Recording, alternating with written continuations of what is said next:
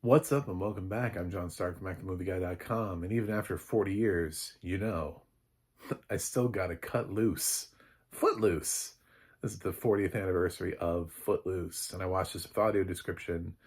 It's the classic Kevin Bacon story about dancing and the desire to dance, and he stands up to a small town pastor who is a religious zealot who hates dancing, hates a lot of things. Just like a lot of things. Not much has changed. Really, this guy could exist today. Uh, he would just, message would still be there. He'd still be doing the same thing 40 years later. Um, but Kevin Bacon he's new to this small town and more of a city boy moving into this country lifestyle, and how he shakes things up. It's a shake thing up type of movie. It's got a good cast. Aside from Bacon, you've also got Diane Wiest is in here. You've got Sarah Jessica Parker. It's a fun fact. I did not know slash forgot she was in this movie because it's legitimately before she was famous. So she's in this as well. This film is known for having a killer soundtrack. Just This is when movies really just had soundtracks. Like, we miss this nowadays. Now your movie has a banging soundtrack if you're paying for the rights to a bunch of music that's already been used before, and you just collected it together in your movie. Something like Air, for example, which just had like a lot of great tracks, a lot of great, you know, uh, drops, so to speak, in it, needle drops. But yeah, we don't get a whole bunch of music that's written specifically for a movie soundtrack anymore that is not also a musical.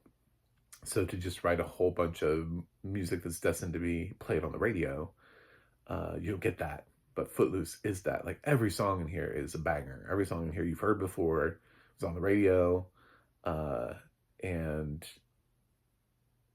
you might think that they're cheesy and very 80s, and that is totally okay. Like, it's okay to embrace the 80s-ness of an 80s movie, because this is very 80s. But it's also a nice way to see where Kevin Bacon started, and more support in the character, the careers of these other actors and actresses. So I enjoy Footloose. Not my favorite film of all time, but I do like it, and I like to be able to sit here and say, yeah, 40th anniversary, and appreciate it for what it is. My first encounter with Footloose wasn't the movie. My first encounter with Footloose was doing Footloose from Footloose in show choir. So then you would think, well, I'm sure after that he went and saw. No, then after that, I actually saw the musical first. Um, my mom took me to see Footloose the musical before, on its like Broadway tour, before I saw the movie, and then I finally saw the movie like later on in life. So yeah, I was one when this movie came out, so I don't have a theatrical story for you. I'm not that old where I'm like, I remember being in theaters watching Footloose as a 1-year-old baby. It was amazing. It was great. I was in my seat. I was just cheering the whole time. I was rooting for Kevin. I was dancing too. We were both doing the Footloose dance. No, I don't have that story, but I'm sure some people do. And it's just me reminding you, Footloose it still slaps still today. And I love the soundtrack. It's a pretty simple film. It's not the kind of film that you're like, oh God, should it have been nominated for Oscars? Did we miss this film? Is this one of those films? Because there are some films that legitimately we slept on and should have either won or should have been nominated. And for whatever reason, films like The Shining, for example, have come a long way in terms of how the perception of that film is. The film was nominated for the Razzies. Critics hated that film when it first came out. Now you talk to anybody in film, and pretty much they've all agreed that we're going to punch people from that time period in the face. Like, it went from being, like, one of the most critically derided movies to, one of the most inspirational, that's my favorite horror movie. You know what I'm saying? Like, it's complete 180 on that film. And so there are films like that where you're like, "Oh, yeah, perception has 100% changed on that film." Footloose, I think, just was popcorn entertainment. It's still popcorn entertainment, um, and it's worth celebrating its 40th anniversary. Um, the Masked Singer celebrated Footloose's 40th anniversary this year, which I find to be hilarious.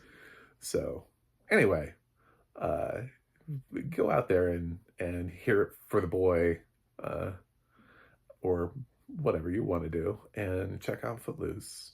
I'm going to give Footloose the 40th anniversary. I'm going to give it an A minus. Yeah, it's it's a good film. I think maybe if I'm looking at it, John Lithgow's character uh, works to an extent, and then kind of gives up in that way of sort of like an inspirational teen movie. Like, well, fine. And it's just like I don't know. I kind of wanted him to still be the angry old man, like by the end of the movie. I just wanted him to stay, you know, and instead of like the Grinch, you know, his heart grew sizes that day. No, I don't need that from him. I just need him to stay who he is, and for everyone else around him to change.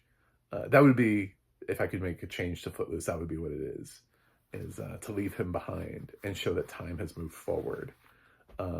I think is a stronger message than let's pray for the kids or their. Don't do that. No, you do you. To an empty congregation. That is the stronger choice for Footloose. You do you, but no one's there. Um, anyway, in case you're wondering why, A minus. This song's a classic. There's that choice, and I would have made it differently. It's the one thing that's always kind of bugged me about the film. But thanks for watching. Thanks for subscribing. And I will see you guys on the other side.